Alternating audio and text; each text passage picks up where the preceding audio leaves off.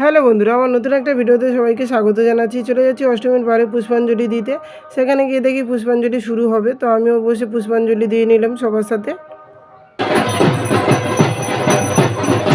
পুষ্পাঞ্জলি দিয়ে বের হওয়ার সময় সবাইকে একটা করে চারা গাছ দিল। আমার মেয়ে চারা গাছ নিয়েছে আর আমি ভিডিও করে করে আসছি। মেয়ের সামনে এগিয়ে এসেছে, আমি ভিডিও করছি দেখে মেয়ে চারা গাছটা মাথায় নিল।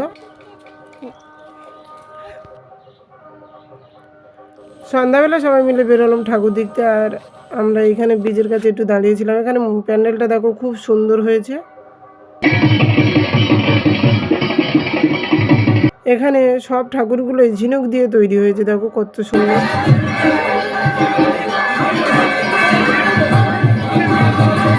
মানে যে লাইটটা দিচ্ছে না, সব কালারের কম্বিনেশন ঠিক।